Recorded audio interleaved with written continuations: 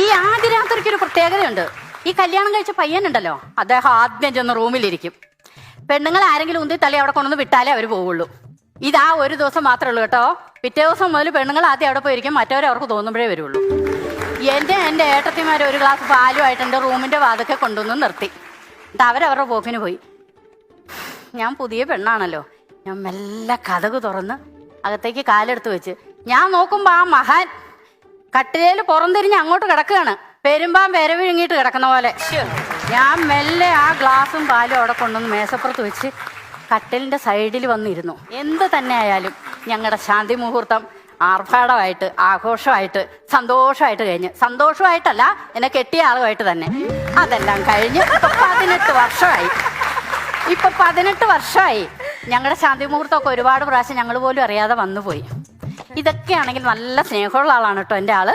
പക്ഷേ ഒരു കുഴപ്പമുണ്ട്, ഇടയ്ക്കിടയ്ക്ക് എന്നെ ഇങ്ങനെ ഒന്ന് ചൊറിഞ്ഞുകൊണ്ടിരിക്കും. അത് മൂപ്പർക്കൊരു എന്താണെന്നറിയില്ല, എപ്പോഴും അങ്ങനെ തന്നെ. ഞങ്ങൾക്കൊരു കുഞ്ഞു കടയാണ് ടൗണിൽ. എല്ലാ ദിവസവും 6:30 ആകുമ്പോൾ അദ്ദേഹം അങ്ങോട്ട് പോകാൻ പോകും. ഞാനൊരു ദിവസം എല്ലാ ദിവസവും ഞാൻ ഉമ്മറത്തേക്ക് അദ്ദേഹത്തിൻ്റെ ഒപ്പം എത്തും, ആൾ പോവല്ലേ വിചാരിച്ചിട്ട്. ഭാര്യയാണല്ലോ. ഒരു ദിവസം ഞാൻ അവിടെ ചെന്നപ്പോഴേക്കിന് ഞാൻ ചോദിച്ചു, ചേട്ടാ എല്ലാം എടുത്തല്ലോ അല്ലേന്ന്. അദ്ദേഹൻ്റെ മുഖത്തോട്ട് നോക്കിയിട്ട് പറഞ്ഞു, എൻ്റെ കുരിശെടുത്തില്ല എന്ന്. ഞാൻ കുറയോ? ഞാൻ അപ്പം തന്നെ പറഞ്ഞു, ഒരു കുരിശ് വേറൊരു കുരിശും ചുമന്ന റോഡിൽ കൂടെ പോകുന്ന അത്ര നല്ല കാര്യമൊന്നുമല്ല, അങ്ങോട്ട് പോയാട്ടെന്ന് പറഞ്ഞു. ഇതും കഴിഞ്ഞ് ഞങ്ങൾ രണ്ടുപേരും കൂടെ ഒരു ദിവസം പുറത്തേക്ക് പോകാൻ വേണ്ടിയിട്ട് റെഡിയാവാണ് കേട്ടോ. എല്ലാ ദിവസവും ഞാൻ ചുരിദാറാണ് ഇടുക. അന്ന് ഞാൻ പതിവിന് വിപരീതമായിട്ട് സാരി ഉടുക്കാൻ അങ്ങോട്ട് തീരുമാനിച്ചു. ഞാൻ സാരിയൊക്കെ കൊടുത്ത് ഒരു 10 പ്രാവശ്യം ഞാൻ കണ്ണാടി നോക്കി. സുന്ദരിയാണോന്ന് നമ്മൾ തന്നെ നമ്മളെ ഒന്ന് പറഞ്ഞ് വിലയിരുത്തണ്ടേ, എന്താ ഞാൻ സുന്ദരിയല്ലേ? അങ്ങനെ ഞാൻ സാരിയൊക്കെ ഉടുത്ത് സുന്ദരിയാണെന്ന് സ്വയം ഉറപ്പ് വരുത്തി ഞാൻ മുന്നോട്ട് അങ്ങ് നടന്നു. ഇദ്ദേഹൻ്റെ പുറകെ വരികയാണ്. ഞാൻ അങ്ങോട്ട് മുന്നോട്ട് ചെന്നിട്ടൊന്ന് പുറകോട്ട് തിരിഞ്ഞു നോക്കി, ഇദ്ദേഹം വരണ്ടോ നോക്കിയതാണ്. അപ്പോൾ ഇദ്ദേഹം ഞങ്ങളുടെ വീടിനടുത്തുള്ളൊരു ചേച്ചിയായിട്ടൊന്ന് വർത്താനം പറയുന്നു.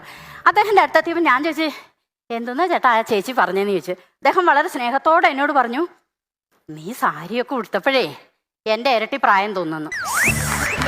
ഞാൻ ഒട്ടും മടിച്ചില്ല. ഞാൻ പറഞ്ഞതേ കല്യാണം കഴിഞ്ഞിട്ട് വൈകിട്ട് തൊട്ട് ഞാൻ വിളിക്കുന്ന ചേട്ടാന്ന്. ഇപ്പം മുതൽ എന്നെ ചേച്ചി എന്ന് വിളിച്ചോളാൻ പറഞ്ഞു. ഇങ്ങനെയൊക്കെ ആണെങ്കിൽ ആള് നല്ല സ്നേഹമുള്ളവനാണ്, സന്തോഷമാണ്. ഞങ്ങളുടെ ജീവിതം നല്ല സുന്ദരനാണ്, സുമുഖനാണ്, ഒരുപാട് ഇഷ്ടമാണ് എന്നെ. അദ്ദേഹത്തിൻ്റെ വീക്കെൻഡ്സ് ഒക്കെ ഞാൻ കണ്ടുപിടിച്ച് വെച്ചിട്ടുണ്ട് കേട്ടോ. എന്ന് പറഞ്ഞാൽ നിങ്ങൾ ആരും ഉണ്ടല്ലോ, നിങ്ങളുടെ ആണുങ്ങളുടെയൊക്കെ വീക്കെൻഡ്സ് കണ്ടുപിടിക്കാനാണെന്നും പറഞ്ഞ് പോയി ചെന്ന് എവിടെയെങ്കിലുമൊക്കെ പിടിച്ചിട്ട് നാളെ അവരെല്ലാവരും കൂടി എന്നെ കൊല്ലാൻ കൊട്ടേഷൻ കൊടുക്കണ്ട. എല്ലാവരും അവരവരുടെ ആളിനെ കയ്യിലാക്കാനുള്ള വഴികളൊക്കെ നോക്കുക. ഞാൻ അതുപോലെ തന്നെ ഇദ്ദേഹത്തെ കയ്യിലാക്കി വെച്ചിട്ടുണ്ട്. നിങ്ങളിപ്പോൾ വിചാരിക്കണ്ടാവും അല്ലേ, കുറേ സമയമായിട്ട് ഞാൻ എൻ്റെ ചേട്ടനെ കുറിച്ച് ഇങ്ങനെ പൊക്കി അങ്ങോട്ട് പറയുന്നുണ്ടല്ലോ എന്ന്. ഈ പ്രോഗ്രാം കഴിഞ്ഞാൽ ഈ ശിഷ്ട ജീവിതമേ ഞാൻ അവിടെ വേണം തീർക്കാൻ.